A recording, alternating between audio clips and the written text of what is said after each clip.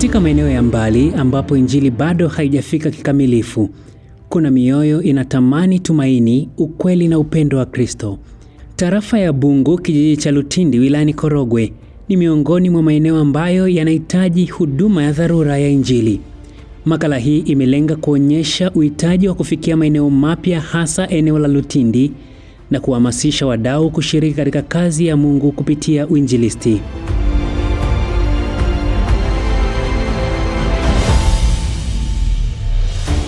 Lutindi ni kijiji cha wakulima na wafanyakazi wa kawaida, watu wanaoamka mapema na kulala wakiwa na matumaini ya kesho iliyo bora. Lutindi ni kata ya wilaya ya Korogwe vijijini katika mkoa wa Tanga, Tanzania. Kwa mujibu wa sensa iliyofanyika mwaka 2012, kata ilikuwa na wakaazi wapatao 7840 waishio humo. Lugha inayotumika katika mazingira hayo ni lugha ya Kiswahili na Kisambaa. Yote ni kutokana na uwepo wa kabila la Wasambaa katika maeneo hayo. Wenyeji wa kijiji hiki tuseme, au wa kata hii kwa ujumla ni Wasambaa, japokuwa ndio kuna mchanganyiko, lakini kwa ujumla wanatambulika kama Wasambaa ndio wenyeji wa eneo hili. Shughuli zao ni wakulima, wafugaji pamoja na ujasiriamali mdogo mdogo. Shughuli za kiuchumi zinazofanyika katika eneo hilo ni pamoja na kilimo cha chai, miwa, iliki na mazao ya chakula. Hata hivyo, pamoja na juhudi zote za kutafuta riziki kwa wakazi hao, bado kuna pengo kubwa la injili ya Kiadventista.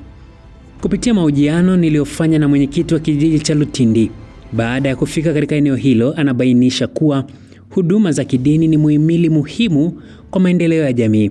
Anasisitiza kuwa itasaidia kukuza maadili mema, mshikamano na amani miongoni mwa wananchi, na anatoa wito wa wazi kwa Waadventista wa Sabato kuifikia Lutindi. Changamoto kubwa sana zinazokuta jamii, naweza nikasema ziko changamoto 3. Changamoto ya kwanza, afya. Changamoto ya pili, uchumi. Changamoto ya 3 ni hizo huduma za kiroho. Kwa hiyo kanisa hili au mikutano hii kama itatoa huduma hizo katika maeneo hayo, itakuwa ni jambo jema sana. Sababu unapomjenga mtu kiroho utakuwa umemsaidia sana. Lakini utakapomjenga mtu kiafya, sababu changamoto zinazokumba afya za watu ni nyingi sana. Yaani migogoro ya afya, ukitangaza dawa sasa hivi hapo nje, sina shaka umalizi mwezi utakuwa tajiri. Sababu ni changamoto za maradhi ni wengi. Kwa hiyo kama kanisa hili litakuwa na uwezo wa kutoa huduma eneo hilo, itakuwa umesaidia sana jamii. Kwa sababu hata sisi serikali, uchumi wa nchi hauwezi kupanda kama watu unaoongoza hawana afya. Huwezi. Kwa hiyo unapotoa huduma ya afya za watu wakawa safi, watafanya kazi, watazalisha mali, watajimudu wao, na serikali itapata kodi, mambo mengine yataendelea. Lakini vile vile utakapogusa uchumi wa mtu, changamoto za watu sasa hivi, watu hawana pesa. Na ukiangalia kikubwa kwa nini hawana pesa? Hawana pesa kwa sababu hawana elimu za uchumi, ujasiriamali. Unapomjenga mtu kiuchumi, kisaikolojia, ukamtengeneza mtu namna akajitambua, namna ya kuzalisha, ni ipi, utakuwa umemsaidia sana. Lakini utakapomfundisha neno la Mungu na vitu kama hivyo, kwa hiyo ni vitu ambavyo mimi naona maeneo hayo 3 ni muhimu sana. Kauli yake inaonyesha wazi kuwa maendeleo kwa wananchi hao hayawezi kupatikana bila misingi imara ya maadili na imani ya Kristo.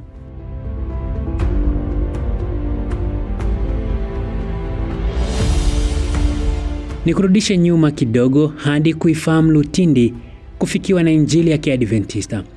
Miaka 2 iliyopita, wenza wa wachungaji waliweka mpango kufikia maeneo mapya ambayo hayajafikiwa na kanisa la Waadventista Sabato katika ukanda wa kaskazini mashariki mwa Tanzania. Ndipo Lutindi ilipofahamika. Mwinjilisti akawekwa kufikia wakazi hao. Hakukuwa na jengo la kanisa, bali neno la Mungu liliwafikia wakazi hao kwa moyo wa kujitolea kwa mwinjilisti huyo.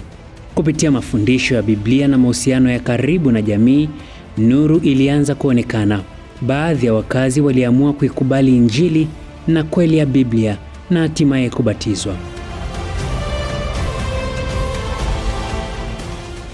Katika eneo hili nilipoanza kufanya kazi hapa, watu wa Mungu wanaendelea kupokea ujumbe, na nilifanikiwa katika eneo la kwanza, sehemu ya kwanza ambayo nilifanikiwa kubatiza washiriki watano, waumini watano kwa tumewabatiza. Lakini baada ya kuendelea kushughulika tena, nikabatiza tena waumini wengine watano. Kwa hiyo kwa ujumla tukawa na washiriki 10. Na hivi sasa katika maeneo ambayo tunaendelea kufanya kazi, tunao waumini wengine 6 ambao tunatarajia wataendelea kubatizwa. Kutokana na uhitaji wa mahali pa ibada, kanisa lilianzishwa ndani ya chumba kimoja, mahala anapoishi mwinjilisti huyo, na chumba hicho kugeuka kuwa kituo cha ibada. Baada ya kusikia historia hiyo ya namna walivyoongolewa baadhi ya wakazi katika eneo hilo, nikatamani kufika kuzungumza nao. Nilifika katika nyumba ya baadhi ya wakazi wa eneo hilo ambao sasa ni waumini wa kanisa la Waadventista wa Sabato, na katika simulizi zao wanazungumzia mabadiliko ya maisha, imani ya moyoni na matumaini mapya walioyapata kupitia kanisa la Waadventista wa Sabato. Jina langu ni Christina Japhet Kibua. Mwenyeji hapa Mtinzi. Mtumishi alinitembelea pale hapa kuja kunishuhudia kuhusu neno Sabato. Aliponishuhudia nikatafakari, nikaona neno ni kweli. Nikaamini, nikamwambia nataka kubatizwa, maana nimeona ule ukweli. Nilikutana na mwinjilisti mwaka jana mwezi wa 11, na nilipokutana naye alikuwa kwenye mizunguko yake tu ya kuendelea kuhubiri Injili. Nilipokutana naye tukasalimiana, akanipatia vitabu. Kwa hiyo niliendelea kusoma vitabu vya Sabato. Nilielewa Sabato kupitia vitabu. Kwa kweli mwinjilisti hakunirudia kwamba alinifuatilia, hapana. Niliendelea kusoma vitabu na nikauliza mahali ambapo yeye yupo, nikaanza kwenda ibada. Hata sasa hivi familia yangu bado wengine ninavuta, nazidi kuwashuhudia. Kaambia nimepata kitu cha kweli, njooni. Hata huyu mdogo wangu ndo nataka kumwambia. Na anaelekea mwelekeo upo. Hata vitabu anasoma. Kuna vitabu nilipewa afu nikavisahau huko, lakini nilipokuwa nikija nilikuwa nasoma. Nimesoma, nipokea, nimebarikiwa, nikumshukuru Mungu. Kwa hiyo kwa mimi binafsi najivunia kwa hiki nilichokipata. Na namshukuru sana Mungu kwa sababu kwa muda mrefu nilikaa tu, sikuwa na mahali popote nilikuwa nikiabudu, nilikuwepo tu. Lakini kwa huu ujumbe ulipofika kwenye hii milima ya Lutindi, nashukuru Mungu. Nimeusikia, nimeupokea na nimeamini. Hata hivyo, si kila safari ya imani huwa laini. Mmoja wa waliobatizwa anaeleza kwa uchungu jinsi alivyokumbana na upinzani mkali, kudhihakiwa, kutengwa na hata kupigwa mawe na baadhi ya wanakijiji kwa sababu ya uamuzi wake wa kujiunga na kanisa hili la Waadventista wa Sabato. Changamoto zipo, kupigwa mawe, kunyosha vidole hivyo. Tazama yule mama, yani yule mama kichaa kweli kweli. Yaani na mtoto wake kwenda wapi kule? Kamwambia binti usitazame nyuma, twende mbele, tusonge mbele. Wanarusha mawe hao kwa sababu wanatuona kila ikifika siku ile baada tupo tunajiandaa tunakwenda. Tuko mbele kwa mbele. Yaani haturudi nyuma. Na wapo baadhi wengine wanaanza kujiunga sasa hivi. Wanauliza dada Tina, naambia mimi niko huku. Licha ya maamuzi hayo, imani yake inaendelea kusimama imara. Hata sasa hivi niko katika ninawahamasisha. Nashuhudia kwamba jamani, njooni muone. Usipende kusikia tu, uje uone. Tumesha nafanya kazi kubwa huko. Na mimi nimependa. Na nazidi kumwombea Mungu ambariki. Mchungaji Eliniaki Mbaga, yani mchungaji wa kanisa la Waadventista wa Sabato mtaa wa Korogwe, Mchungaji huyu anafikia jiografia kubwa zaidi, hasa katika milima ya Lutindi.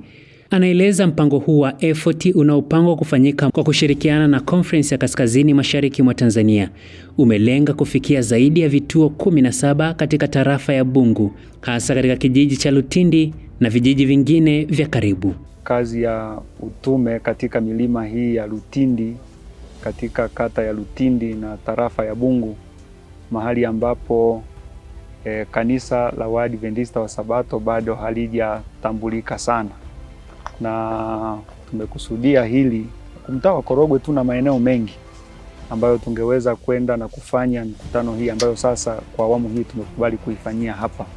Lakini kwa nini tumechagua kuwa hapa Lutindi? Ni kwa sababu haya maeneo ndio kanisa linaanza kutambulishwa. Kwa hiyo walio wengi, maeneo mengi ambayo tunakwenda hayana Waadventista wa Sabato. Kwa hiyo tumekusudia kuelekeza nguvu katika maeneo haya ili kusudi kulitambulisha kanisa, lakini pia na kuifungua kazi katika maeneo haya. Kwa mikutano yetu katika vituo vyote itafanyikia katika maeneo haya ya kata hii ya Bungu.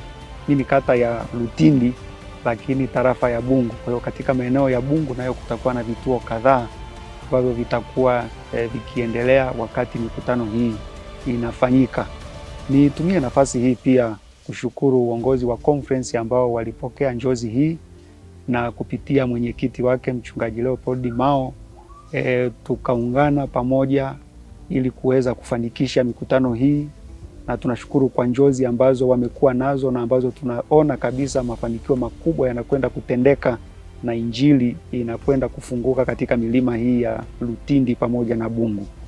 Katika mikutano hiyo itakayofanyika mwezi Februari 2026, huduma mbalimbali zinahitajika na kutolewa, ikiwemo matendo ya huruma, masomo ya ujasiriamali, huduma za kitabibu, ununuzi wa viwanja vya ujenzi wa makanisa na kugawa vitabu. Hata hivyo, kazi hii inahitaji maandalizi makubwa na rasilimali za kutosha. Mikutano hii ina gharama. Kila kituo kina gharama zake, kwa kuwa tumekusudia kununua viwanja, kwa kuwa tumekusudia kujenga makanisa ya muda ili baada ya mikutano wale watakaompokea Yesu wapate mahali pa kuabudia. Gharama angalau za kufanya hayo yote pamoja na kuendesha mikutano kwa kituo kimoja inaweza kuwa sio chini ya milioni 9 ili kuweza kuyakamilisha hayo. Kwa hiyo tunatoa wito kwa kila ambaye anaweza kutoa ushirikiano wake wa hali na mali kwa namna ambavyo wamebarikiwa kuweza kutoa ushirikiano ili kufanya na kuwezesha kazi hiyo iweze kutendeka.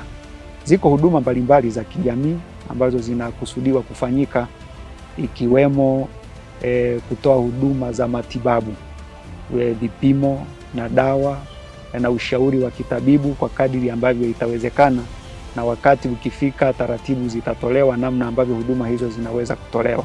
Lakini pia yanahitajika kufanyika matendo ya huruma kwa walio na nguo na vitu ambavyo vinaweza kusaidia walio na uhitaji, anaweza kavileta ili kusudi vikasaidia katika kuimarisha mahusiano na kuwafikia wale walio wahitaji katika milima hii.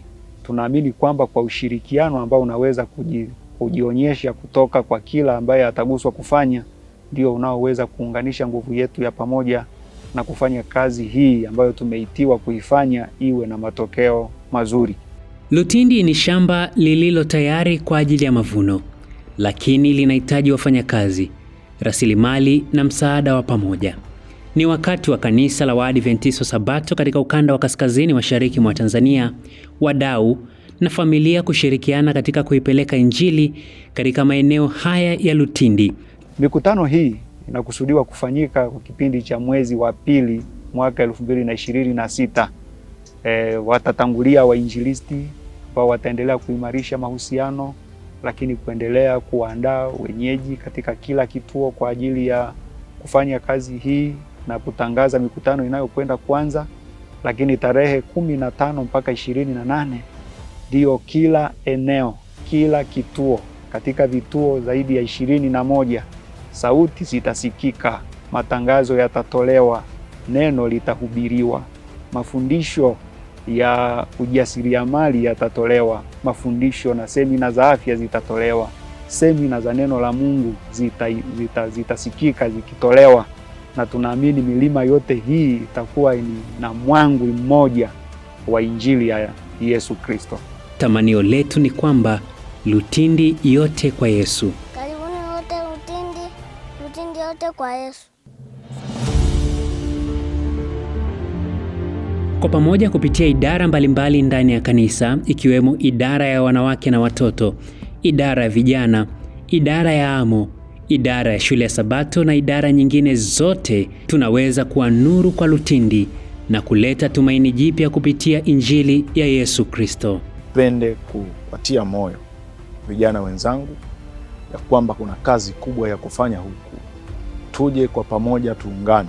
Nahitaji watu watakaokambika huku kwa hizi wiki mbili ili kuendelea kuwakaribisha watu na kuwatembelea nyumba kwa nyumba ili waweze kuhudhuria katika mikutano hii. Watu wanapohudhuria wanapata nafasi na fursa ya kusikiliza neno la Bwana. Tunawaalika kwa dhati wafadhili kuombea na kushiriki katika mikutano hii ya uinjilisti ambapo wainjilisti wanahitajika. Kwa pamoja tunaweza kuwa nuru ya Lutindi na kuleta tumaini jipya kupitia injili ya Yesu Kristo. Nawakaribisha wote, karibuni sana hii Lutindi, mje tuendelee kufanya kazi ya Mungu na kututia moyo zaidi. Mimi ni mwanafunzi wa shule ya sekondari Lutindi. Nimejipanga kwa kupeleka nangu ujumbe wa Sabato kutumia vitabu vya mafundisho ya Sabato. Nipende kuchukua nafasi hii kuwakaribisha watu wote katika eneo letu hili la Lutindi ambalo Mungu mbingu zimekubali tufanye effort za TMI.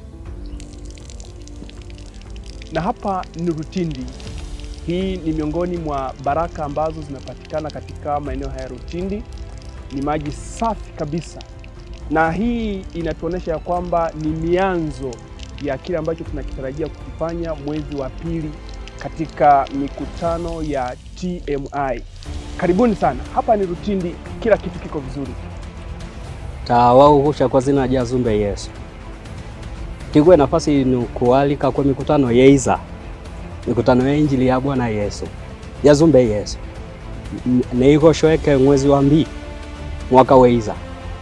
Netituke na vituo 23 kwa inu milima ya Lutindi. Tikihubiri na kutangaza neno jazumbe Yesu.